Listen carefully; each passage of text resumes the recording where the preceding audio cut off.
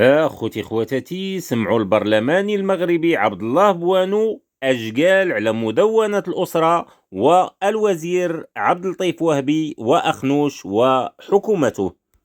على المستوى الداخلي كاين تحديات كثيرة اقتصادية واجتماعية وثقافية وتعليمية، ولكن خلينا نركز على جوج اللي كنعيشوهم الآن، جوج كبار ديال التحديات. التحدي ديال الآن ديال الأسرة وما تتعرض له خلال هذه الأيام. منذ سنتين أعلن جلالة الملك في خطابه بتعديل مدونة الأسرة فيما يتعلق ببعض الجوانب المصدرية والقانونية. شكلت لجنة خرجت بنتائجها، استقبلها جلالة الملك إلى غير ذلك. ولكن إلى جانب هذا الشيء شنو اللي وقع؟ كاين استهداف للأسرة، باش استهداف لها من خلال المشاريع ديال الحكومة، مشاريع كثيرة ومتعددة تستهدفها. ولكن خلينا نبقاو غير فيما يتعلق بالمدونة. مع هذه الحكومة وبعض وزرائها ما يمكنش يدوز النهار دون أن يبث سم أو سموم يعني في خلايا ديال الأسرة المغربية. وانتم هذا الشيء راك تبعتوه معنا منذ مدة، وكيف أن وزير العدل قابل المدونة وهو يتكلم عن عدد من المجالات، بداها بالعلاقات الرضائية وحضور الشيطان وخصو البطاقة وإلى غير كل شيء. هذا الشيء انتهاء بكلامه حول المتعة اللي هو مصطلح قرآني وتبخيصه. ولكن خليني نقول اليوم الأسرة من خلال ما يتقدم به هذا الوزير والحكومة وبعض أعضائها، إلى جانب عدد من الجمعيات النسائية المعروفة بتوجهاتها، خلينا نقول مستلبة، ليست تحديثية ولكن مستلبة من الخارج، والذين اليوم شنو اللي كيميزنا حنا كمغاربة؟ حنا كنتميزوا صحيح بالمرجعية ديالنا، لكن هذه المرجعية فين كتجلى؟ الله عز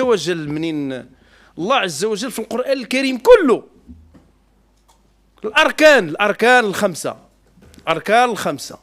الصلاة ما كاينش التفاصيل ديالها في القرآن. الزكاة كاين المبدأ ما كاينش التفاصيل ديالها في القرآن. الحج ما كاينش التفاصيل ديالو في القرآن.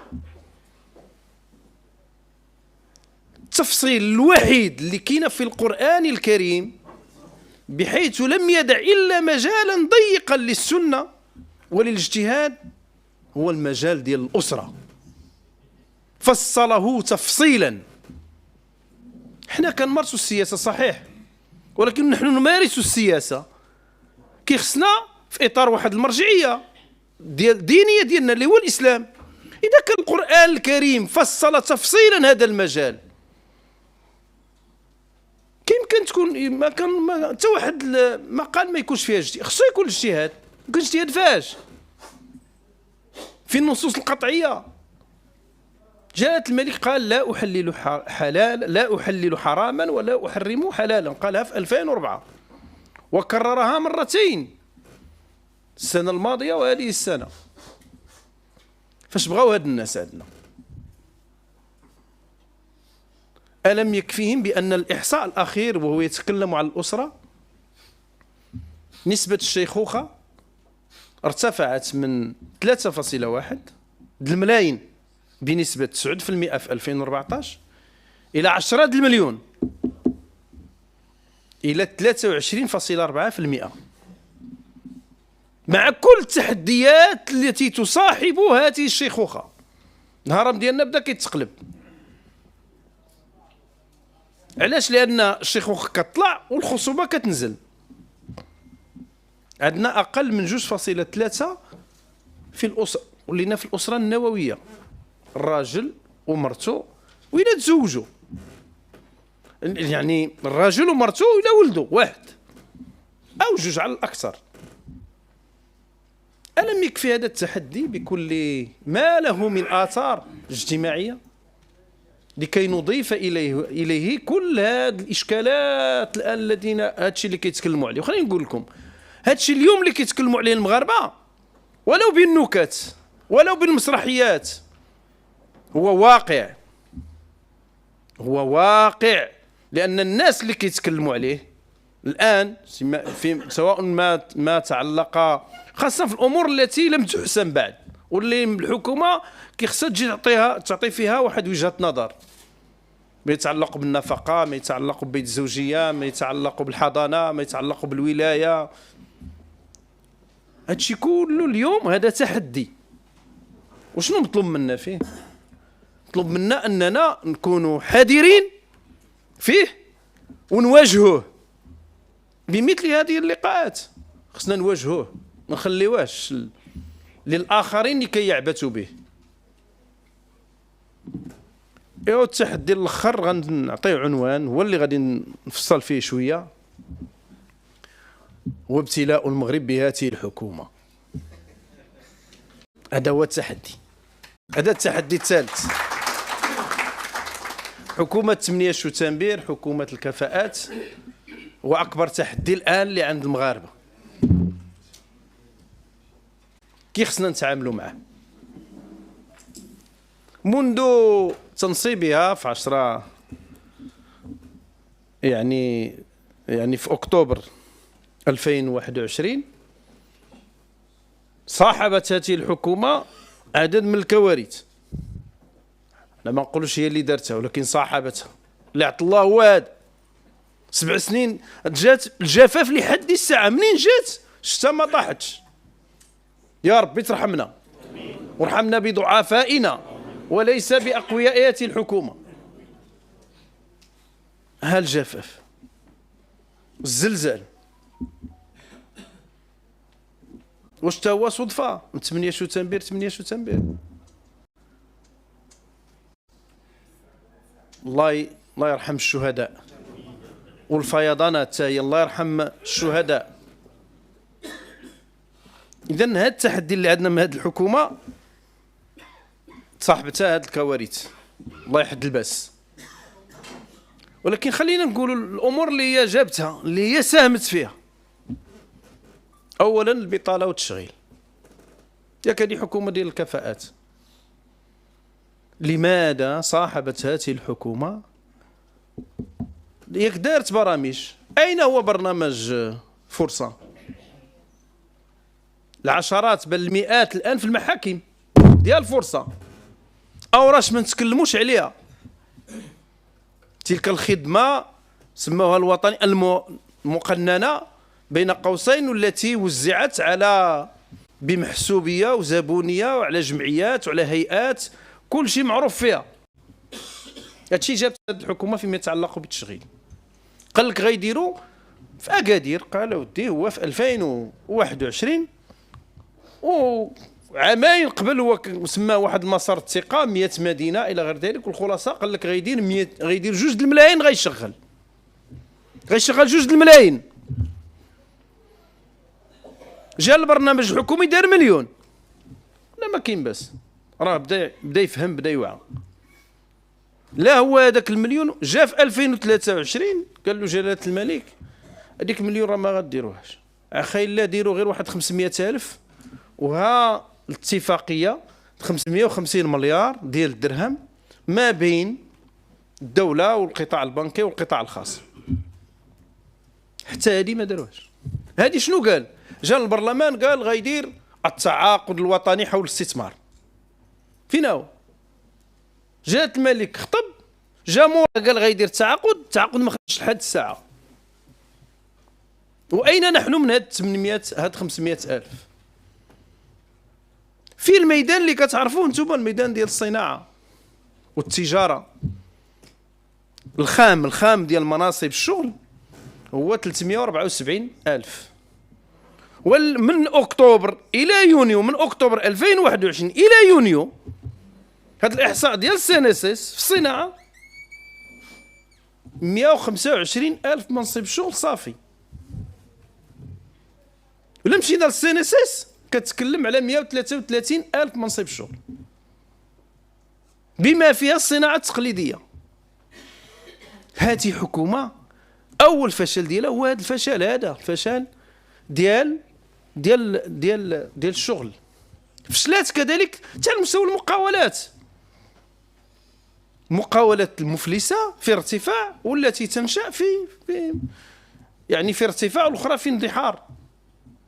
واليوم احنا امام واحد العدد ديال الاشكالات المتعلقه بافلاس ديال المقاولات. حنا راه واصلين ل 16,000 مقاوله. فلذلك هذا هو العنوان الاول ديال هذه الحكومه. وعلاقه طبعا بالتشغيل والبطاله، كاينه الاستثمار والنمو. مزيان، جاو قال لك اودي حنا رفعنا من الاستثمار العمومي. مزيان، شحال رفعتي منه؟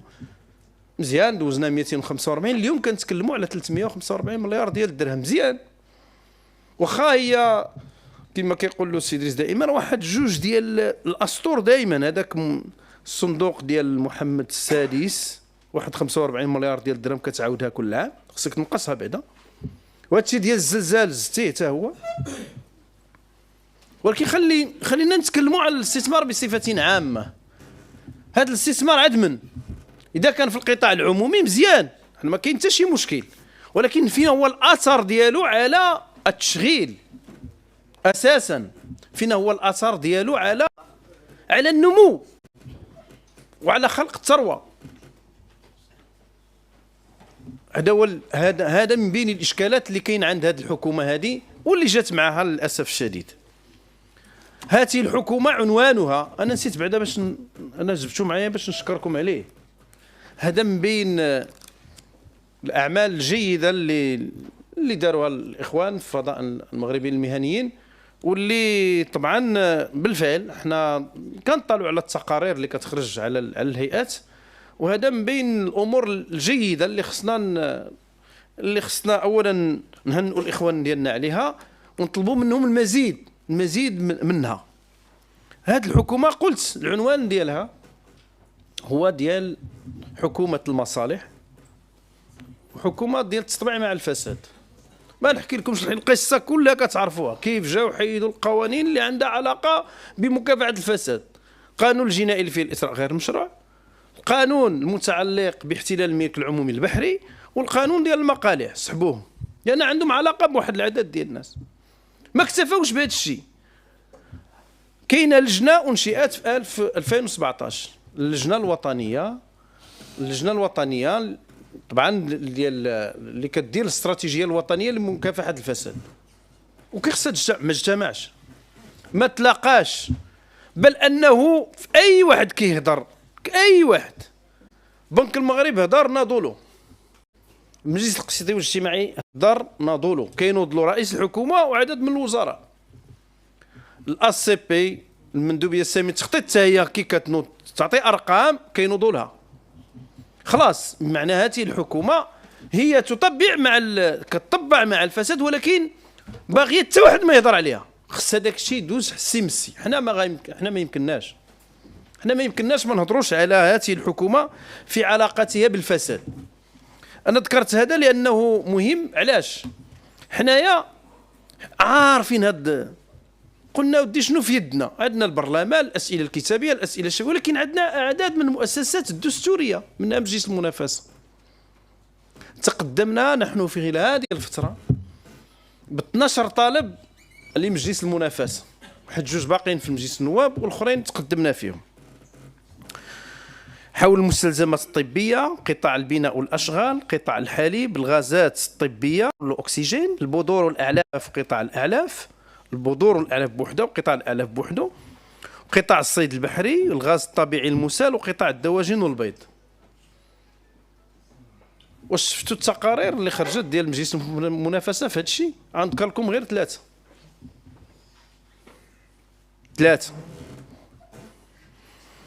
قطاع الحليب يعني واحد الاحتكار كبير جدا ديال مستوردي الحليب اللي هو يعني بودر، ومنه طبعا ملي كيكون الاستيراد ديال هادشي كيأثر لنا حتى على الناس المنتجين ديال الحليب. ومشينا هاد القضيه ديال الدواجن. حنايا راه يعني في اكتوبر 2022 تقدمنا بالطلب. مجلس المنافسه عنده ظروفه، ولينا تقدمنا بنفس الطلب في فبراير 2000 في 5/12 عفوا في 5/12/2022 بنفس الطلب ديال البذور والاعلاف وقطاع الاعلاف. هذا مهم. علاش؟ نتوما كتعرفوا اكثر منا. دابا سيدي اللحم الحمر تزاد، حيت القاطع الجفاف كهادشي كله كنقولوا لهم امين. ولكن اللحم الابيض علاش غالي؟ ياك هو غير مدخلات، هو اعلاف والفلوس، هما جوج، وكنديرهم في واحد المكان سخون والضوء والغاز وغدا. بوطاغاز راه حتى هي مدعمه. علاش هذا غالي؟ عينا ندقوا والو. وعاد مجلس المنافسه جاوبنا. واش طلعتوا على تقرير مجلس المنافسه اللي كيقول هناك تركيز كبير ديال هذا الموضوع، وكاينه ربح هامش ديال الربح مرتفع عند واحد 3 أو 4 أو 5 ديال الناس اللي هما محتكرين هادشي. وهادشي علاش كنقولوه دابا؟ علاش نركز عليه دابا؟ حيت رمضان جاي، وموالين البيض حتى هما قلصوا من الانتاج باش يرفعوه، باش من يجيو رمضان تبقى تتباع البيضه بدرهم و50.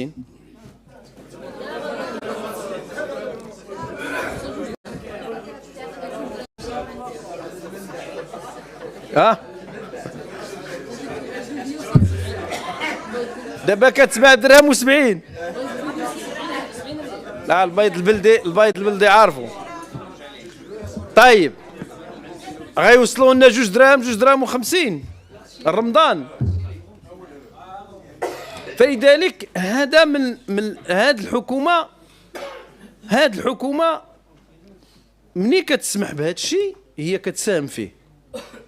وغنتكلم على الثالث، هو الغاز المسال، الغاز الطبيعي المسال. علاش؟ لان عنده علاقه بواحد الصفقه خداتها افريقيا، خداها رئيس الحكومه، كتعلق ب 200 دراره مع شركه بريطانيه، واللي خدا وحملنا واحد 100 مليون متر كيب اللي غادي يدير لها هو التوزيع والتخزين والتوزيع. دابا الان عدد من الشركات اللي كانت كتستعمل، لان كيمكن لها تستعمل الفيول وكيمكن لها تستعمل هذا الغاز. الفيول عنده بعض الجوانب السلبيه ديالو ما ندخلوش فيها، لانه لا انا متخصص ولا انتم متخصصين. لكن هذا الغاز المسال لافينيتي ديالو كبر من الفيول. اليوم يتم الاتصال بعدد من الشركات باش يشريو من افريقيا بالثمن الذي يحددوه، ازيد من 6000 درهم للطن. الاحتكار خلاص. تحليه المياه تكلمنا عليها، ياك حافظين هذيك؟ واش حفظتوها ولا مازال نحفظوها لكم؟ تحليه المياه جا شارك في الصفقه، ارتكب باختصار 5 د الحوايج. الاولى دار مرسوم باش ما يكونش يعني صفقه دوليه مفتوحه. دار مرسوم باش يعيطوا العدد ديال الشركات هي اللي غادي تشارك. جوج منين شاركوا بقاو 3، وحده حيدوها بقاو 2. فهاد الجوج ولا خداه هو ب 6.5 المليار ديال الدرهم، 650 مليار ديال السنتيم، وقال غادي يبيع الماء ب 4 دراهم فاصلة 50 عوض 6 دراهم او 6 دراهم فاصله اللي كاين عندنا في شتوكا ايتباع. وبالمناسبه هاد الشتوكا ايتباع لحد الساعه كنخلصوا ما بين 400 حتى 500 مليون ديال الدرهم كدعم للفلاحين. هذا كتخلصوا الدوله باش الثمن اللي كياخذوه من هذيك المحطه يكون ثمن مناسب. كتدعم الدوله، وكندعموا فاش؟ كندعموه باش يمشي للخارج، باش كنصدروا هاد المواد الفلاحيه للخارج. تحليه المياه قلت هذا الامر. الثالث شنو هو؟ هو جا كيطلب الدعم ما من حقوش نهائيا. هذه صفقه، هذه ماشي انت داير، ماشي فلوسك جاي كتستثمر بهم وباغي تعاون والدوله باغا تعاون، لا، هذه الدوله غتشري منك. فايد المنتوج هذا واضح اش دار، هو دوزها في اللجنه التقنيه وجا للبرلمان كيقول لك لا حنا راه واخا، ولو ان اللجنه التقنيه يعني دوزاتها بسطها الدعم كيوصل للثلث 30% من 650 مليار ديال الدرهم. شوف شحال كتعطي. دوزها في اللجنه التقنيه وجابها للجنه الوطنيه للاستثمار باش تاخذ الدعم، وجا البرلمان كيقول لك اودي لا راه ما خديناش، راه حنا قررنا ما نعطيوش تحليه المياه، والبلاغ ديال 10 ديسمبر فيه الدعم، ولحد الساعه ما خرجش لكي يكذب هذا الامر. وانتظر خروج هذه القضيه هذه المتعلقه بالمدونه لكي زعما باش المغاربه ينساو. ما غنساوش هادشي ديال تضارب المصالح ديالك، ما غنساوهش. والاخرى هي 2.44 مليار ديال الدرهم اللي خدام لوينو. يعني حنا امام حكومه ديال تضارب المصالح، ديال جاي باش ينهب. وهذا هو شنو مرتبط به تحدي اخر. شنو هو ارتفاع الاسعار. هذا ارتفاع ديال الاسعار والقدره الشرائيه ديال المواطنين الذين يشكون فين ما مشيتي كيقول لك بزاف بزاف بزاف بزاف، كلشي تزاد فيه، كلشي تزاد فيه. دابا مع اقتراب رمضان وعيد الاضحى المقبل، حنا في سنه 2025، الناس كتسائل كاين اللي كيقولوا واش غنعيدوا هذا العام ولا ما نعيدوش. علاش؟ لانه هذه الحكومه شنو دارت فيما يتعلق بالقدره الشرائيه؟ ما دارت حتى شي اجراء. واحد 10 المليار في 2022 من اجل القدره الشرائيه مشات دارتها في القطاع الفلاحي، 6 المليار ونص عطاتها للقرض الفلاحي، وواحد ونص دارتها بين قوسين يعني عطاتها للبذور، والباقي باقي لحد الساعه كنتسائلوا عليه. كنقولوا اودي واحد 3.2 المليار ديال القدره فين هي؟ و10 المليار وحده اخرى عاوتاني في 2023. وفتحنا الباب ديال الاستيراد ديال الابقار والاغنام واللحوم، ها المبتله، ها هي الطازجه، ها هي المجمده الى غير ذلك. فتحنا الباب لتجار الازمات، وهذه الحكومه كتعرف كيفاش دير التعامل. هادو هما اللي كتعامل معاهم. تؤمن فقط بالاستيراد، هادشي ديال المنتوج الوطني والحمايه ديالو ما كاينش. فلذلك باختصار غندوز لان باش ما ناخذش الوقت بزاف في العناوين. هاد الاستيراد ديال الابقار شنو العنوان ديالو؟ وهذاك السيد العام فايت في العيد الكبير العام فايت زدنا 500 درهم، قلنا عطينا. هذوك الناس جابوا دخلوا الحواله، شحال دخلوا؟ 700,000 اقل او اكثر، عطينا 500 درهم. واش طاح الثمن عند المغاربه؟ ما طاحش الثمن. نفس الامر هذه السنه، يعني هذه السنه والسنه القادمه فيما يتعلق بالاغنام والابقار والماعز والجمال واللحوم. اللحم لحد الساعه لا زال مرتفعا، لا زال في 120 درهم. 120 درهم راه هذه من شهر 6 وحنا كنستوردوا، ما بغاش هذا الثمن ما يطيحش، ولكن هما كيشدوا هاد الفلوس كيعطيوها ازيد من 1 مليار ديال الدرهم ديال الاستيراد اللي يستافدوا منه هذوك الناس.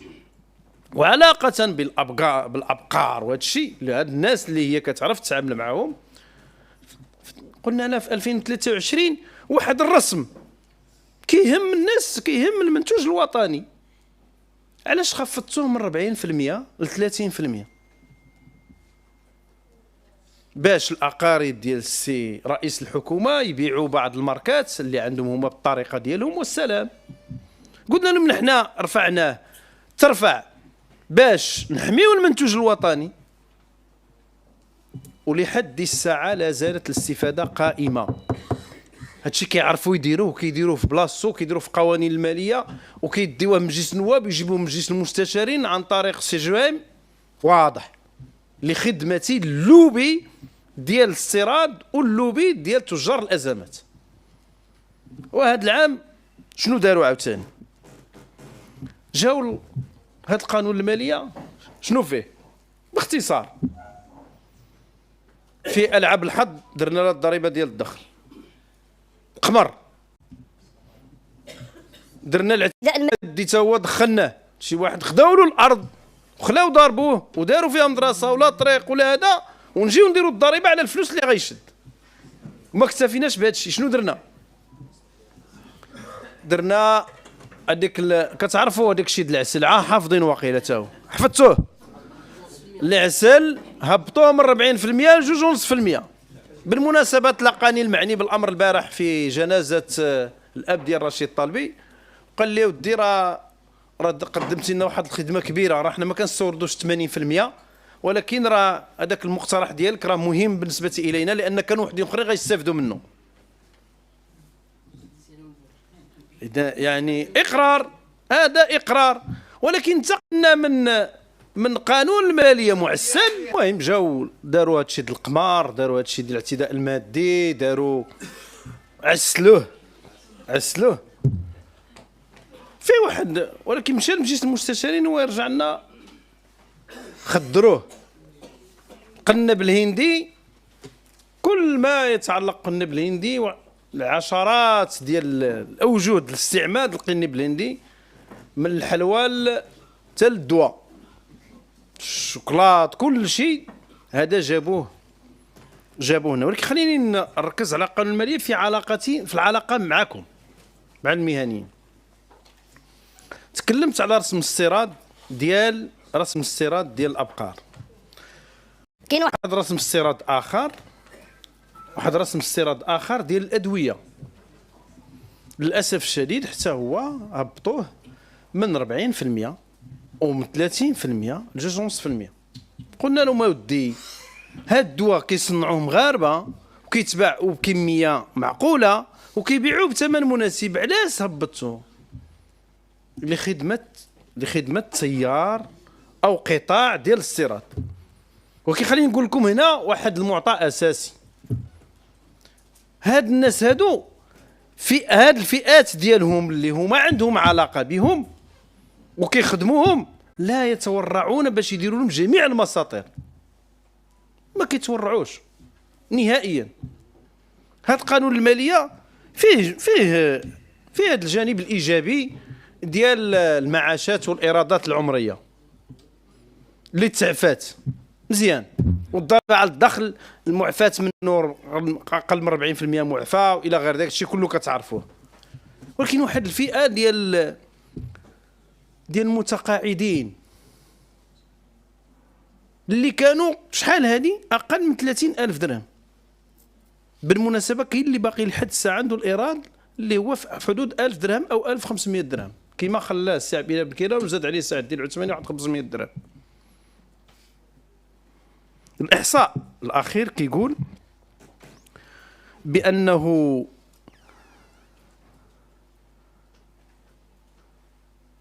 واحد فاصل 4,400,000 مستخدم اللي كيتقاضاو أقل من السميك. ولا ضفنا لهم هاد الناس المتقاعدين اللي عندهم 1500 درهم واللي كيقولوا لنا راهم معفى، هاد قانون الماليه والقوانين السابقه ما استفدوا والو.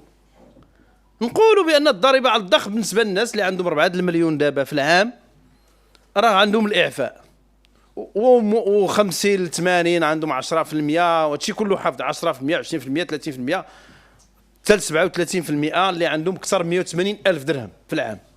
كاين مشكل، ولكن هادو ما عمرهم استفدوا. المعيشه كتزاد والسله ديال باش كيشريو كتزاد، ولكن باقي ما عندهمش حتى شي حاجه اللي الحكومه زادت السميك بين قوسين، زادت السماك، زادت ما عرفت شنو 10%، 5%، هادو ما عمرهم استفدوا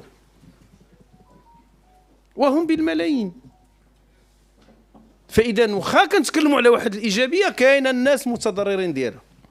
وعلاقه بقانون الماليه، الضريبه على الدخل في علاقتها كذلك بالحمايه الاجتماعيه. شي جكيني تكلم على الحمايه الاجتماعيه نتكلم عليها بوحدها. ولكن في علاقتها بالضريبه كاينه هذيك الضريبه المهنيه الموحده اللي كانت في 2021. ملي جينا للحمايه الاجتماعيه بين قوسين، هذه الحمايه الاجتماعيه هذا رئيس الحكومه لا زال يتنكر للحكومات السابقه اللي كان فيها. حنا غادي نفاجئوه. راه ما غتنسيناش المدونه، لان المدونه غنعطيوها القيمه ديالها والقدر ديالها والمتابعه ديالها، ولكن راه حنا باقيين تابعين هذه القضيه ديال تضارب المصالح والفساد ديال هذه الحكومه، وباقيين تابعين قضيه الحمايه الاجتماعيه. لان جا قالوا دي هذه الحكومه السابقه ما درت والو، حنا غادي نفاجئوه وغادي نوريوه، ما بغيتش نتكلم عليها الان، ولكن غادي نفاجئوه وغنبينوا بانه هذه الحكومه هي اللي ما دارت والو فيما يتعلق بالحمايه الاجتماعيه، لا من ناحيه التشريعيه ولا من ناحيه العمليه. فلينتظر. هذيك الضريبه المهنيه الموحده فاش دارت في 2021 كان فيها واحد النقاش مع الاخوان ومع كاع، ودارت بواحد، قلنا ودي هذيك الساعه الحد الادنى كانوا كيتكلموا على 100 درهم، 100 درهم مزيان، 100 درهم 150 200 وحنا طالعين حتى وصلنا حتى وصلت ل 500 ل 800 درهم او 1000 درهم، 1000 درهم. لكن اليوم منين داروا الفئات الاخرى، الفئات داروا ديال الصناعه التقليديه، داروا ديال الفلاحه، داروا ديال الاطباء، داروا القطاع الخاص، داروا المهنيين المستقلين، ولكن الضريبه المهنيه الموحده بقات عاليه. ولذلك التقرير ديال المجلس التقسيطي والاجتماعي اش كيقول؟ كاين تعثر عند هذه الفئه الخاضعه للضريبه المساهمه المهنيه في الاشتراك. علاش؟ لانها طالعه على الاخرين. ولذلك اقترحنا في قانون الماليه، حنا تقدمنا 127 تعديل على قانون المال، من بينها هذه القضيه هذه كنقولوا اودي اللي هو اللي عنده هذيك المحاسبه اقل من 500 درهم، قلنا يخلص 80 درهم، من 500 ل 1000 درهم يخلص 100 درهم، ومن 1000 درهم ل 2500 درهم يخلص 120 درهم، ومشينا حتى اللي كيتخلص اكثر، عنده اكثر من 50000 درهم يخلص 800 درهم. لان ملي كنشوف القطاع الخاص الاخر هادشي اللي فيه. ولذلك حتى هذه ما تقبلاتش، بالرغم من ان التقرير المجلس الاقتصادي والاجتماعي كيقول بان هذه الفئه المشاركه ديالها، انا ما خانيش الرقم، ما تعداتش 15%، واخا بدينا بشحال هذه. ولذلك الحمايه الاجتماعيه ديالكم اليوم، الحمايه الاجتماعيه ديالكم اليوم، انا ما كنقولش ما تنخرطوا، خصنا نخرطوا، ولكن خصنا هذا الشيء خصنا نتابعوه. اختم بنقطه اخيره، هي ديال هذه الحكومه علاش كدير هذا الشيء، علاش كدير كاع هاد الاشكالات انا اللي ذكرت منها البعض. علاش؟ باش تستافد صحيح، ولكن كدير امور اخرى باش ترجع. هنا فاش خصنا نشتغلوا، هادشي اللي كدير لهاد الحكومه باش ترجع ل 2026 خصنا نوقفوا ضدها بكل ما نملك. ونعطيكم امثله. الفلاحه، هذا رئيس الحكومه فيما يتعلق بالحمايه الاجتماعيه خلى هاد 1.5 مليون جا عاد دوزها بواحد النسبه باش يبقى، عطى الدعم للجمعيات بين مهنيه اللي كانت كتقدم في المعارض الدوليه للفلاحه، دائما كيعطيها دعم. عرفتي اش دار هذا العام؟ وزير الفلاحه الجديد دار قرار، هذا القرار جديد شنو فيه؟ المده ديالو 3 سنوات، فيه الاحصاء ديال الفلاحين بين قوسين سماهم الصغار والشباب والنساء، واللي غيتقدم لهم دعم. شكون اللي غيدير الاحصاء؟ هو، وهو اللي غيعطي دعم. هذه انتخابات سابقه لاوانها في القطاع الفلاحي، على عينك بن عدي. راه تكلمنا على الاستيراد، الفلاحه الكبار، انا ساختم. الفلاحه الكبار حنا تكلمنا عليهم كيفاش كيعطيهم فلوس. دار تعيينات جديده في التعليم والصحه، مزيان مزيان. في الصحه هذا الوزير الغى الصفقه الثانيه، الصفقه الاولى الغاها، هذه واحد ما كاملش الشهر، والصفقه الثانيه الغاها. حنا كنقولوا له بالمباشر هذه الصفقه المتعلقه، لان قانون الاطار كيتكلم على جوج الحوايج، دار الهياكل دار المجموعات الصحية الترابية، دار الهيئة العليا للصحة، دار الوكالة ديال الأدوية. هادو اللي داروا قانون الإطار. هاد السيد الوزير دار لهم بيروات في الريتشوسي والسوسول ديال الوزارة ما خدامينش. ولم يكتفي بذلك، قانون الإطار كيتكلم على الرقمنة. أهم شيء هو واحد المريض منين يمشي للسبيطار كيقدموا الرقم ديالو، هذاك ليبي ديالو، هذاك ليدونتيفيون بيرسونيل ديالو، ما يبقاش يتعذب لا داخل المجال الترابي الإقليمي ولا على الصعيد الوطني. هذه الصفقة تهم هذه الرقمنة. ألغيت مرتين في العهد ديال السي أيت الطالب، وجا هذا ألغاها بقرار كيقول من حقي نشوف الآثار الاقتصادية وما عرف شنو إلى غير ذلك باش نلغيها. نحن اليوم كنحضروه كنقولوا له في علمنا بأنك تبحث عن شركة أمريكية باش تدوز لها الصفقة في تعاون مع القطاع الخاص المنتشر كالسرطان، وباش توضع المعلومات ديال المغاربة عند جهات أجنبية أمريكية وإسرائيلية. حنا كنقولوا لك حنا كنتبعوك وما غنساوش هذه القضية هذه. ولكن عندك شي شغال، لكن عندك شي شغال نوض نزل هذا الشيء